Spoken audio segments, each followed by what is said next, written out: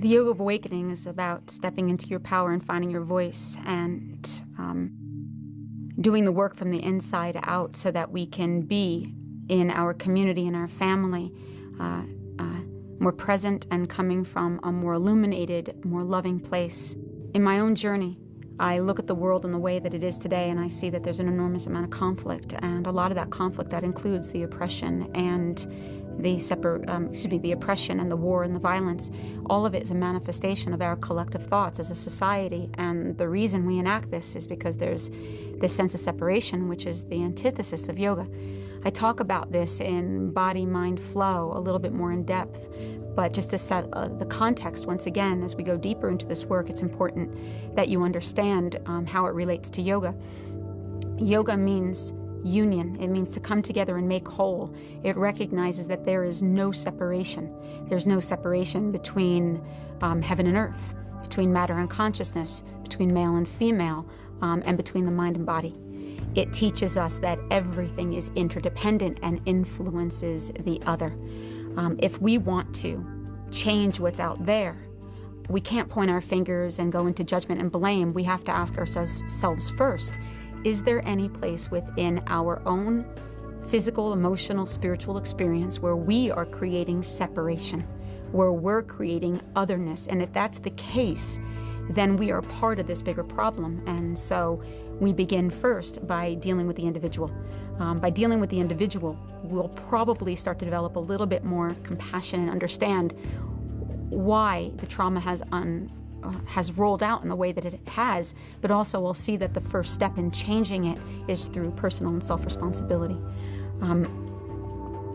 In the practice of yoga, there's an 8-limb step that leads us towards something called samadhi. Samadhi is bliss. It's the ultimate of the awakening, and quite frankly, there's no language that I can use that can describe it because I'm limited by my 5 senses, and enlightenment transcends the 5-sense reality. The closest I can get to understanding what this experience is love.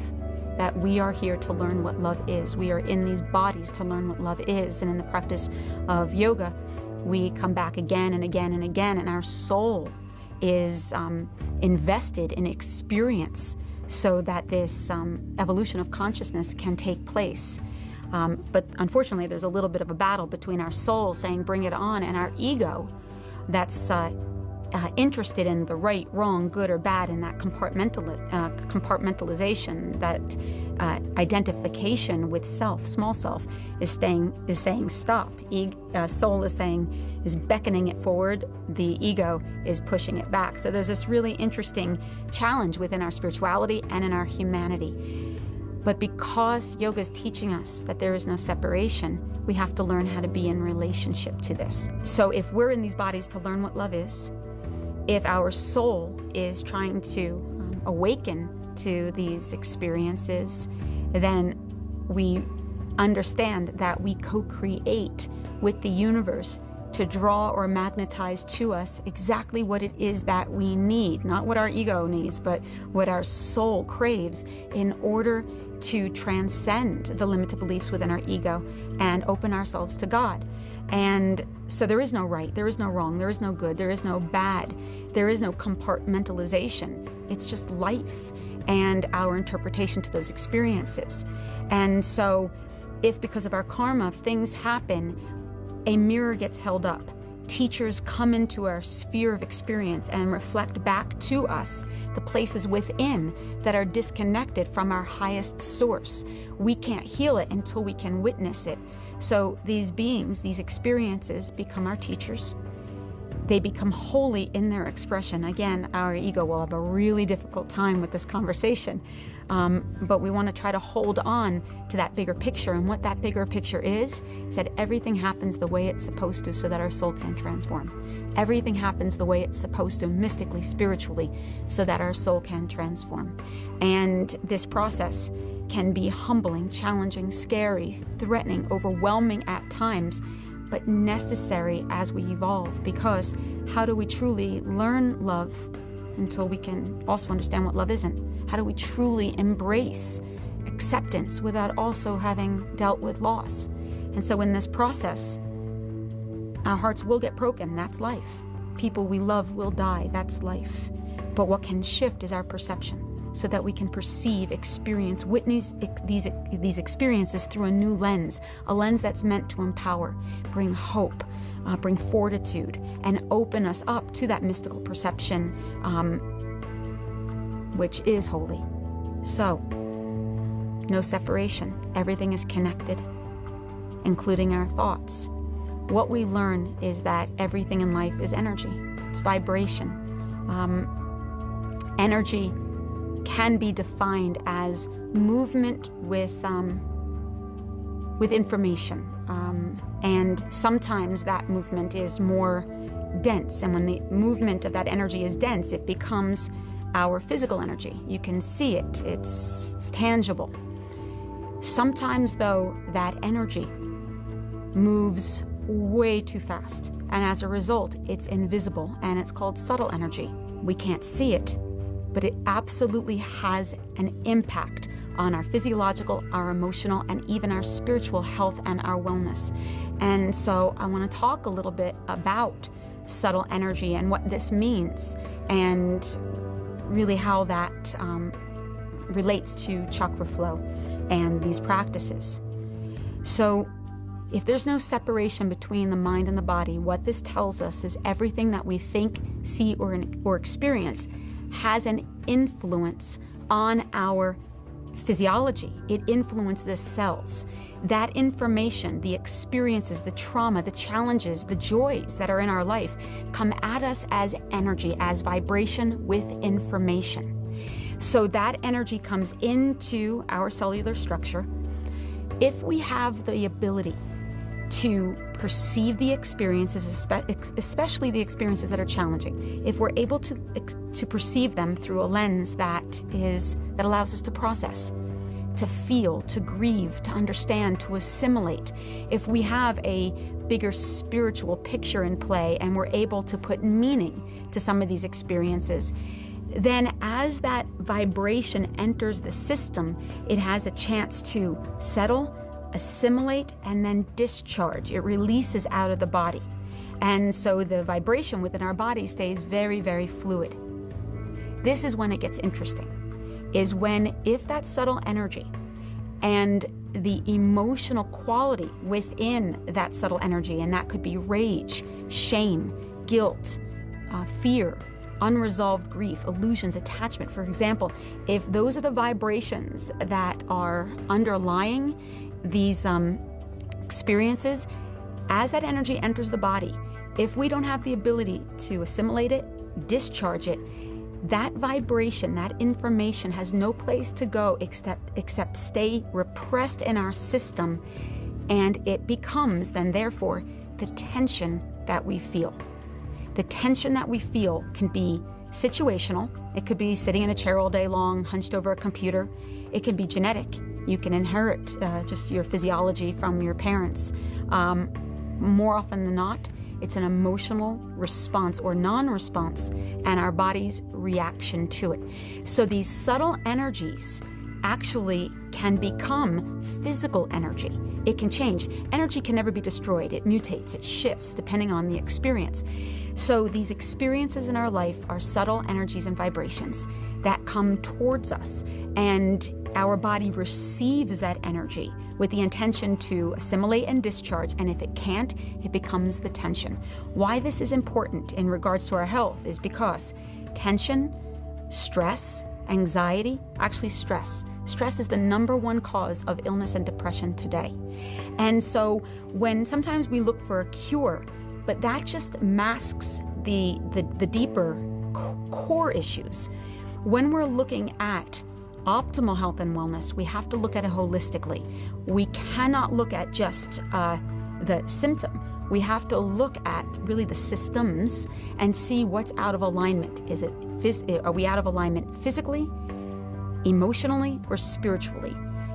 More often than not, it's a combination of all three. We address the three. That holistic understanding is what can lead to true healing, not a cure, but true healing, true understanding, and in many ways, freedom. And so in chakra flow, this is a practical experience to help us to understand how we receive this information, how to gain access into this information so that we can release it, not through bypass, but through understanding. So how do we do this? It's through the chakras. Chakras are defined as wheel or disc. They are vortices of electromagnetic energy that line the length of the spine. There are 7 major chakras that we work with that start at the perineum or the base of the spine and end at the top of the head. The chakras spin at a specific rate, and the vibration of the chakra and the quality of that vibration is what's going to determine our health and wellness, and also our ability to transcend our physical reality into our highest relationship with Source or God. The chakras receive information from the physical world, from subtle energies, our trauma, challenges, really life experiences. They receive information that influences their vibrational quality. They also express energy outward. A chakra can get blocked because the energy that it is receiving overwhelms our ability to cope, influences our central nervous system, and can suppress the vibrational quality within that chakra,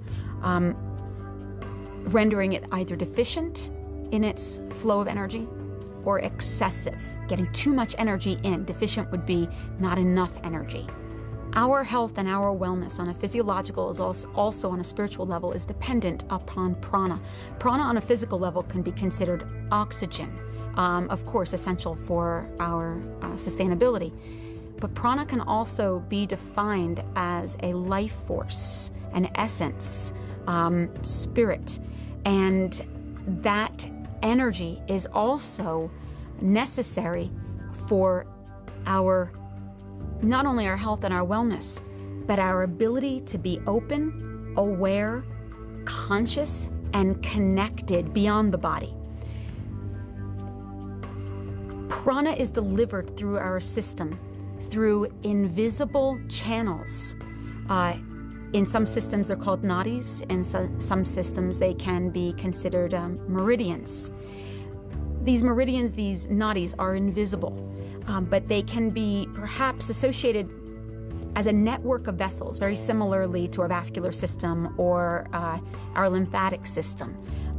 There are these vessels that travel throughout the body, again, invisible to the naked eye, but there are pathways in which the prana, the energy, the spirit travels through our system, feeding into our cells, into our muscular system, into our auric field.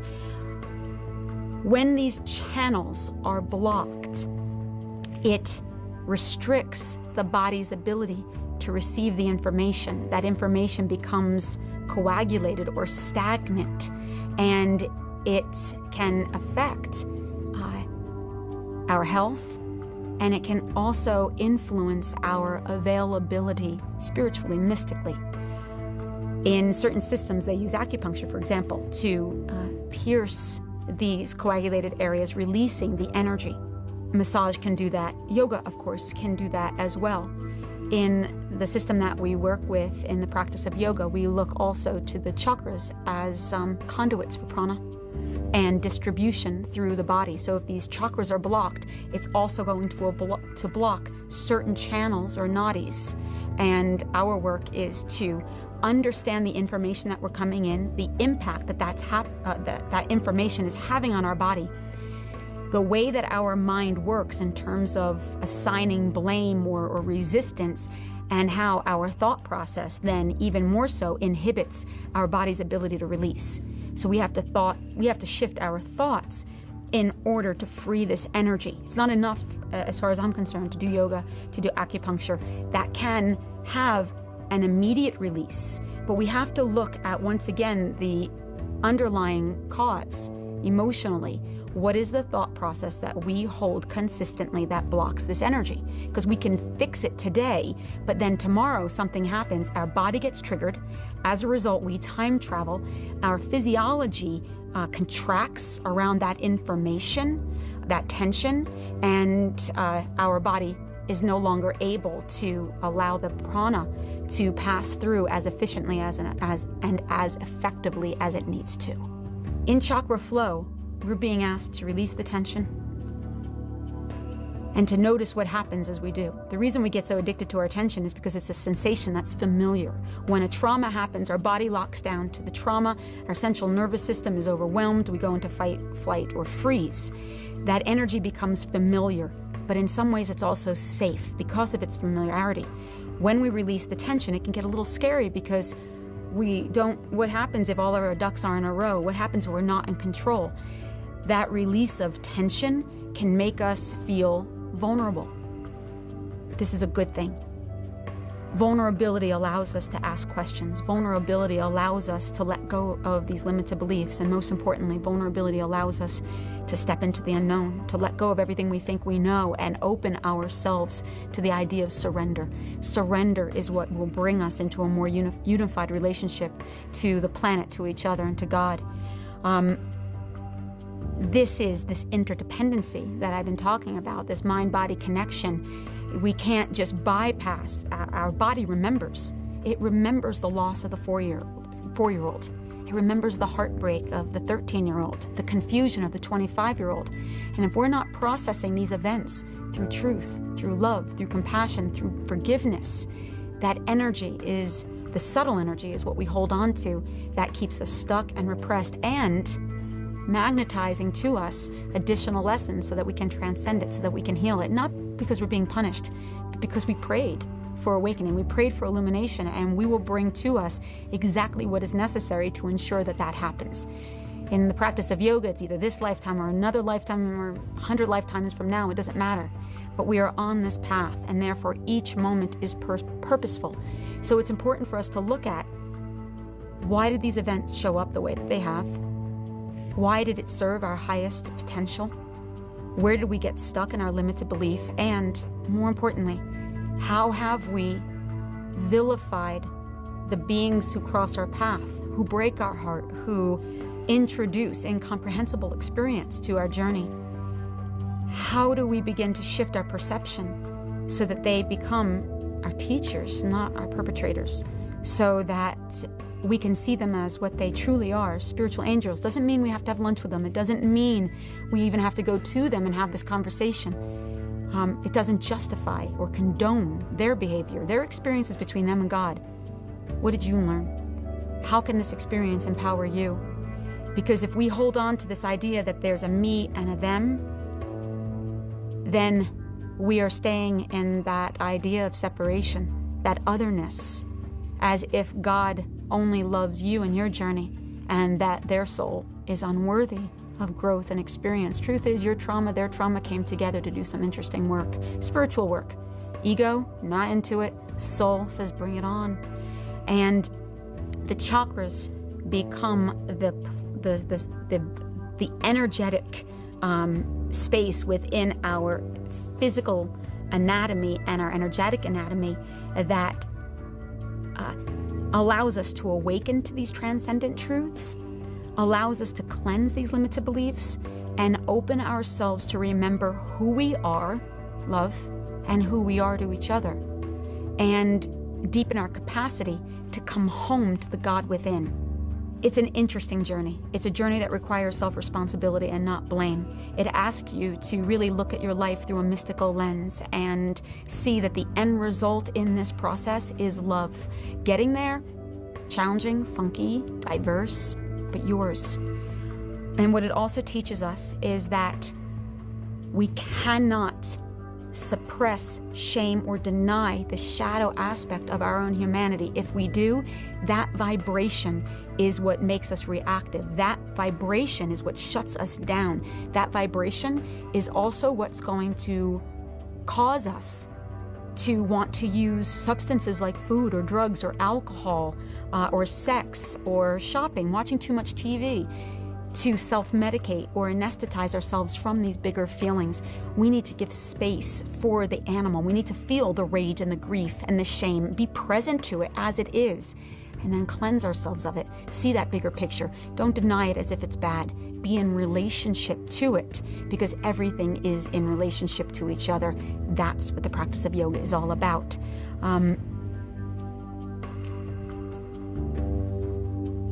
My hope is that you stay curious, stay open, be interested in the places where you've been so attached to your story, where you refuse to see God in that process. Have a sense of humor about it. And as you begin to forgive yourself for thinking that you should know better, and as you begin to forgive others for thinking that they should know it better, and as you begin to give them back to the God of their understanding and trust that they're here also to learn what love is in God's time, not in yours, you will develop empathy. This is the quality. This is the sensation. This is the emotion. This is the expression of self that will heal this planet.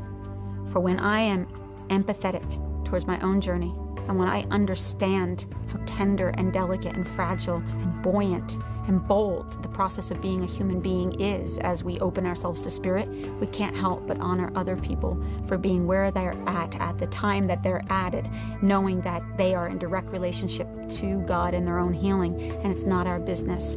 The rate in which they get it, it's between them and God. And our job, if there is a job, is to love them and to trust the process and forgive always and forevermore. So working with the chakras is an opportunity for us to self-identify, inquire, understand, transcend, release, and surrender.